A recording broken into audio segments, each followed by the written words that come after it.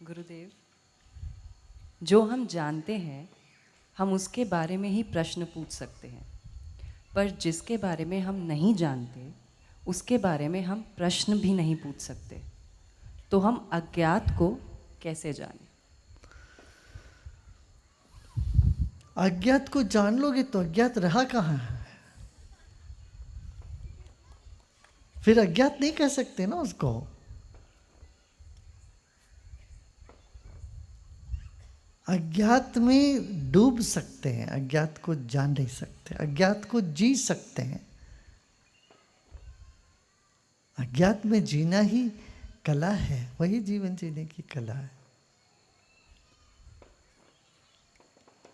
समझ रहे हैं ना? ज्ञान जो ज्ञाता ज्ञान ज्ञे, ये त्रिपुटी जहाँ मिलती है वही आत्मा है। अलग अलग ज्ञान का वस्तु नहीं बनाना चाहिए हम, जो बना ही नहीं सकते। जहाँ तक चेतना की बात है, आत्मा की बात है, तो जो अज्ञात है उसको आदर कर सकते हैं।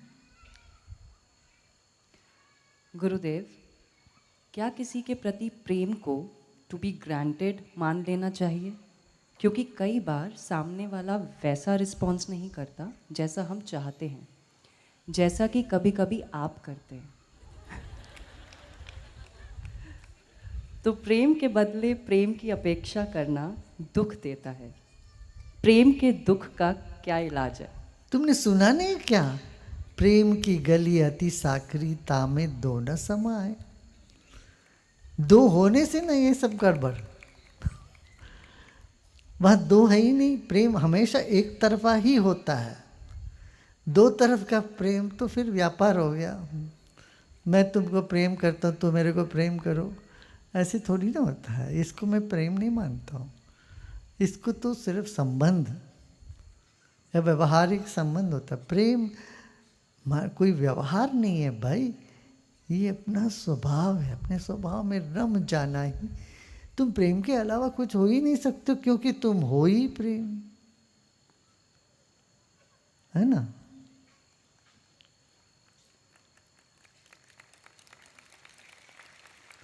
तो ये अपेक्षा मत करो हम इनको प्रेम करते, वो हमको देखें, हमको फूल बरसाए, हमको ये करें वो करें, गले लगाएं। छोड़े सब।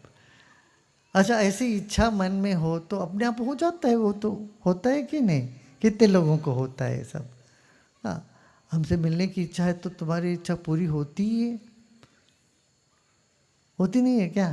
कितने लोगों को होती है बताओ? देखो, सबकी हो रही है, तुम्हारी क्यों नहीं होगी? हो जाएगी। और इच्छा पर तुम्हारा कहाँ काबू है?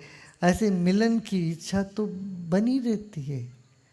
मीरा को बनी रही, कबीर को बना रहा, और लोगों को, सब में ये इच्छा रही। तो वो इच्छा तो, वो तड़प जो है प्रेम में, वो स्वाभाविक है। उसको दबाने की चेष्टा न करें, उसको छोटा रूप देने की चेष्टा न करें।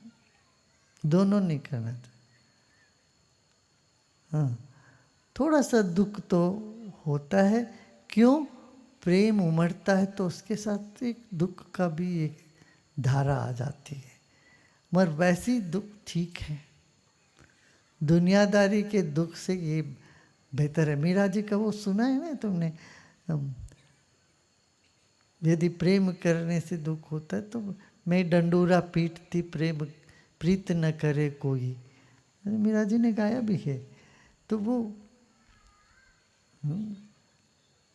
प्रेमी का दर्द प्रेमी ही जाने, इस तरह से वो विरह और प्रेम साथ साथ होते। एक ही सिक्के का दो पहलू है। यदि कोई कहते प्रेम है मगर मुझमें तड़प नहीं है, विरह नहीं है, तो प्रेम नहीं है। और विरह है तो प्रेम साथ है ही, इसीलिए विरह भी है। ये सब जीवन का अंग है, जीवन ही है ये, ऐसे है ना? तड़प में कविताएं लिखो, गीत गाओ, काम करो। तड़प तुमसे ज्यादा काम कराता है, सेवा कराता है तड़प। हो करो। प्रेम में तो होता ही है, फिर मस्ती हो जाती है, होश भी खो जाते हैं। गुरुदेव, अवतार तो हमारी तरह बार बार नहीं आते। अब मुझे इस बात की चिंता हो गई है कि आप तो हजारों वर्षों में एक बार आएंगे। इस बीच में मैं फिर से आऊँगा ही, तो मेरा क्या बनेगा? अभी भाई हाथ में जो है इसको देखो, तुम्हारे थाली भरा हुआ है, इतना सारा उसमें परोसा गया है। अब तुम परसों की चिंता करते, परसों क्या खाऊंगा, तो जो सामने है उसको खाओ, तो अपना भूख यही मिटाओ।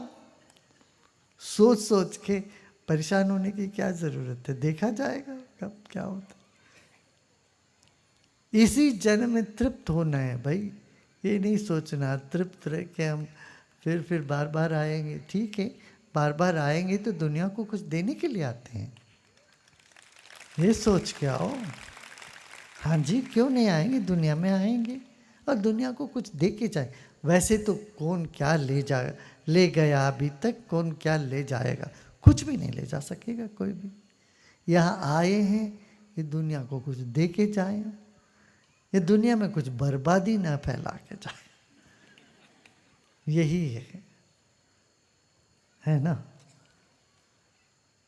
बस मस्त रहो, या आए हो तो प्यार फैलाओ, मोहब्बत फैलाओ। दुख दर्द पीड़ा संशय इससे भरा गया दुनिया, इससे लोगों को उभारने के लिए तुम काम आ जाए तो बहुत अच्छा है ना। अच्छा, और ये मत सोचो तुम्हारे कुछ बोलने से ही ये सब परिवर्तन आता, नहीं। तुम चुप होते हो ना, मौन में बैठते हो, तुम्हारा दिल से जो तरंग निकलते हैं उस वक्त, उससे बहुत बड़ा प्रभाव हो जाता है चारों ओर। तुम्हारी शांति से तुम बहुत काम कर पाते हो चारों ओर। तुम्हारी खुशी से, प्रसन्नता से ऐसे तरंग तुमसे बिखरेगा, वो लोगों को बिना कारण प्रसन्न करने लगेगा। ठीक है ना, ये भी सांक्रामिक है क्या, भक्ति भी, प्यार भी सांक्रामिक है, खुशी भी सांक्रामिक है। तुमने बच्चों को देखा है ना, एक बच्चा रोने लगता है, सब बच्चे रोने लगते हैं। छोटे छोटे बच्चों को एक कमरे में रखे, एक चोटी मारो तो वो रोने लगेंगे, बाकी को तुमने चोटी तो नहीं मारा, वो सब रोने लगेंगे। ऐसे एक बच्चा हंसने लगता है तो बाकी सब भी बिना किसी कारण के हंसने लगेंगे। हाँ? हमारे मस्तिष्क में कहते हैं कि कुछ 25% या कुछ ऐसे कुछ परसेंट है, कुछ न्यूरॉन्स है, वो नकल करती है जो सामने व्यक्ति की। जिस व्यक्ति का संगत में बैठते उसके जैसे ही वो नकल ही करते हैं, उसका स्वभाव में नहीं होने पर भी नकल करते हैं। मिरर न्यूरॉन्स कहते हैं, वो प्रतिबिंबित करता है दूसरे व्यक्ति का। इसलिए कहा गया है दुस्संग सर्वथैव त्याज, दुस्संग को छोड़ो। क्यों? वो शुरू में तरंग जैसे होने पर भी बाद में तूफान जैसे आ जाएगा। तुम्हारे मस्तिष्क में ऐसी प्रभाव करता है, इसलिए अपना संगत अच्छा रखो। सत्संग, विचार, सत्संग और शांति, इसका अभ्यास करना चाहिए। शांति और संतोष भी अभ्यास से ही प्राप्त होता है। जो हम अभ्यास करते, दुखी रहने का अभ्यास कर लेते, तो हमारा न्यूरॉन्स, हमारे मस्तिष्क के सारे जो अणु हैं, ये सब ऐसे दुखी रहने का आदत बन जाती है उनको, और उनको कुछ भी करो तुम फिर दुखी ही रहते। अच्छा, कितने लोगों का अनुभव है, कुछ लोग ऐसे होते हैं, आप कुछ भी उनको बोलो, कुछ भी करो, जितनी लाख चेष्टा करो तब भी वो मुंह लटका के बैठे रहते हैं। ऐसे कितने लोगों का अनुभव है, देखो। कुछ कुछ लोग ऐसे आदत कर लिए, इसीलिए इसको, जैसे शौच माने शुद्धता, शरीर को शुद्ध रखना जैसे एक अभ्यास है, संतोष भी एक अभ्यास है। संतुष्ट रहना, प्रसन्न रहना। ठीक है, कुछ गड़बड़ होता है, अच्छा गड़बड़ हो गया आज, कोई बात नहीं, कहाँ तक रहेगा, ठीक हो जाएगा, आगे ठीक होएगा। ये भरोसा रखने से ही खुशी उभर आती है, मन संतुष्ट होने लगता, प्रसन्न रहता। मान लो फिर इसके बावजूद भी कभी मन दुखी हो जाता है, वो भी ठीक है, कोई बात नहीं, थोड़ी देर दुखी हो गए, क्या फर्क पड़े। अब जबरदस्ती उसको खींच के लाने की जरूरत नहीं है। ठीक है, उसी दुख को ही अनुभव कर लो, स्वीकार कर लो, उसमें डूबो, तब भी मुक्ति मिल जाएगी। एक खींचातानी के बीच की जो हमारी परिस्थिति है, वहाँ हम परेशान हो जाते हैं, ना वो टिकता है ना वो मिटता है, और हम ऐसे बने रहते हैं। गुरुदेव, प्रतीकात्मक और आध्यात्मिक संदर्भ में क्या श्रृंगार व आभूषणों का कोई महत्व है? मेरा मन सदा सादा रहने का होता है, पर समाज में खासतौर पर शादी के बाद कुछ विशेष प्रकार के पहनावे व श्रृंगार की अपेक्षा रहती है परिवार वालों को, क्या करें?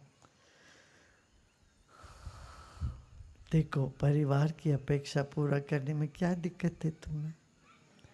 कोई कहते हैं अरे भाई दिवाली है, आज होली है, दिवाली है, त्योहार है, नवरात्रा है, कुछ घर में विशेष है, पूजा है, उस वक्त थोड़ा श्रृंगार करके बैठ जाओ, क्या दिक्कत है?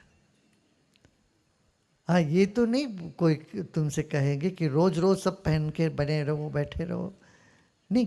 कभी कभार कभी किसी की शादी में जा रहे हो, तुम ऐसे जाओगे जैसे अभी नहा के निकले घर में झाड़ू लगाते वक्त जैसे, या नहाने से पहले तुम्हारी अवस्था होती है, उस अवस्था से गाउन वाउन पहन के, नाइटी पहन के किसी शादी में पहुंच जाओगे, कोई शोभा देता है क्या वो? घर में घर में 4 तरह के लोग आते हैं, कोई उत्सव है, और तुम ऐसे बने रहो, कोई ऐसे कपड़े पहन के चाय पीते रहो, बैठे रहो, पाँव में पाँव लगा के सोफे पे, किसी को अच्छा लगे? वो शोभा देती है क्या? कभी कभार बोलते हैं लोग, अच्छा साड़ी पहनो या कैसे रहो, इस तरह से रहो, तो उसको मानने से तुम्हें दिक्कत ही क्या है? हाँ, मैं ये कह रहा हूँ, रोज रोज कोई तुमसे ये अपेक्षा नहीं करेंगे, 24 घंटे कर ही नहीं सकते हैं,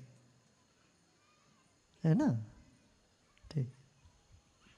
गुरुदेव, सेल्फ लव और सेल्फिश में क्या अंतर है? अरे तुमने बता ही दिया, अरे केला और सेव में क्या अंतर है? तुम्हारे प्रश्न में ही है उत्तर। तो जरा सोचो तो बैठ के, तुमको अपने आप सूझेगा, भाएगा अंदर से।